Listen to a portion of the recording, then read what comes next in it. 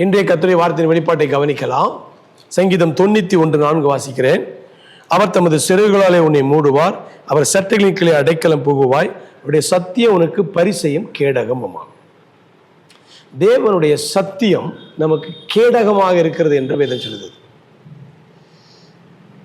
தேவனுடைய சத்தியத்தை தேவன் நமக்கு ஒரு பாதுகாப்பு அரணாக தந்திருக்கிறார். அவருடைய வார்த்தை சத்தியம் என்றால் தேவனுடைய வசனம். தேவனுடைய வசனத்தினாலே நீங்கள் உங்களை சுற்றி ஒரு வேலியை, ஒரு கேடகத்தை நீங்கள் வைத்துக்கொள்ளலாம்.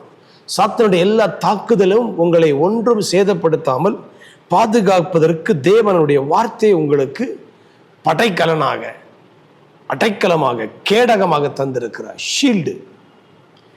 சாத்தானுடைய பொய்கள் உங்களுக்கு நேராக வரும் பொழுது, சந்தேகம் உங்களுக்கு நேராக வரும் பொழுது, நீங்கள் தேவனுடைய வார்த்தையினாலே அதை நீங்கள் தடுத்து உங்களை பாதுகாத்துக் கொள்ள வேண்டும்.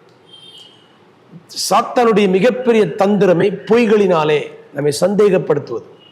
ஆனால் நீங்கள் விசுவாசத்தினால் தேவனுடைய வார்த்தையை எடுத்து நீங்கள் பேச பேச அது உங்களுக்கு அடைக்கலமாக, கேடகமாக இருக்கிறது. வார்த்தையை பேசுங்கள், சத்தியத்தை பேசுங்கள், அறிக்கையிடுங்கள்.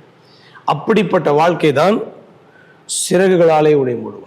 தேவனே உங்களுக்கு பாதுகாப்பாய் வருவது, அவருடைய வார்த்தை உங்கள் பாதுகாப்பாய் இருப்பது, தேவனே உங்களுக்கு பாதுகாப்பாய். இந்த நாள் முதல் தேவனுடைய வார்த்தையை உங்களுக்கு பாதுகாப்பாய் நீங்கள் எடுத்துக்கொள்ளுங்கள்.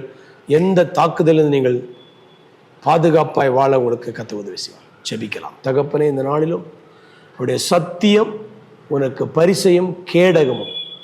இவ்வளவு அற்புதமான ஒரு வார்த்தை.